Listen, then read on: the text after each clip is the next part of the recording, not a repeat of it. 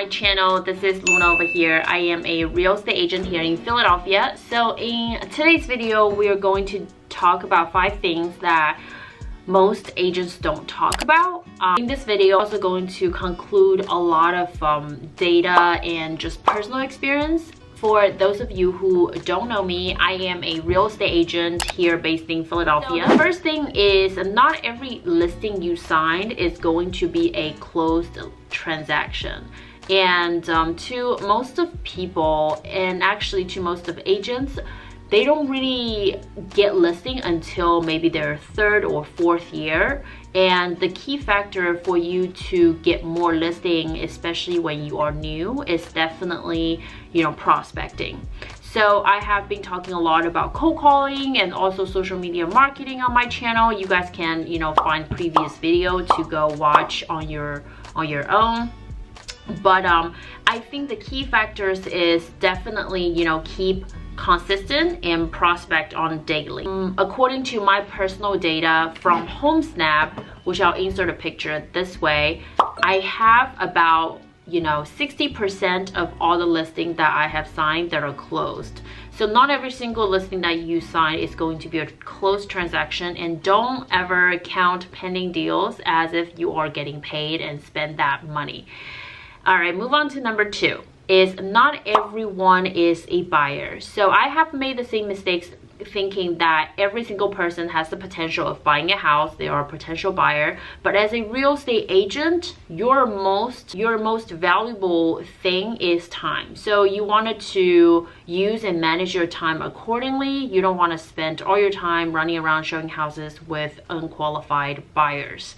And when I first started selling, I have people that contact me telling me that they wanted to buy a $1 million multi-unit family. I got really excited thinking that's a big commission check. But little do I know that person isn't even qualified, and I have no idea, what area they're looking to buy. So it's not going to be, as easy as you thought. So expect yourself don't to think every single buyer is going to be a legit buyer. And move on to number 3. Not all your sphere of influence is the best to work with. So this is something that I have heard and realized, during the conversation I have with agents in my office. A lot of time they get a deal from the people that they know. However, they usually have to discount their commission, or the relationship just gets like a little weird, because imagine if somebody that they are hiring you as a professional person to sell their biggest asset of the life. Obviously they have different expectations. They have, it's like the personal and the business side. It's best not to combine these two together. So don't expect it to be very easy to work with your sphere of influence. Don't expect if you have a sphere of influence lead, it's going to be a closed transaction. Number 4 is time is of the essence. And in the real estate school, I know my teacher at the time talked a lot about this. So with contract and everything, you always have to be a fast responder. When you get a request or a schedule a showing or respond to another agent, just make sure that you're doing it right away, so you don't forget about it, and always set a reminder. I think Siri is honestly like my best friend. Every time I just click on Siri and set a reminder on my phone right away. So that would be the 4th thing. And 5th is salary does not mean anything, especially your first 2nd year of real estate salary, your 2nd year of commission that you made.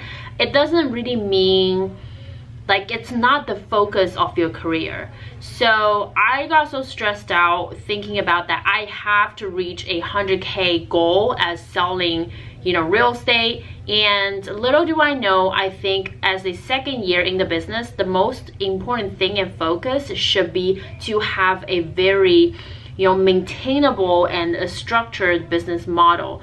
On my first year, I took everybody as a client. I would show houses all day. But on my 2nd year, I kind of more leaning towards to become a listing agent. I have a very strict schedule of prospecting and set up a follow-up routine, what I should do on a daily basis.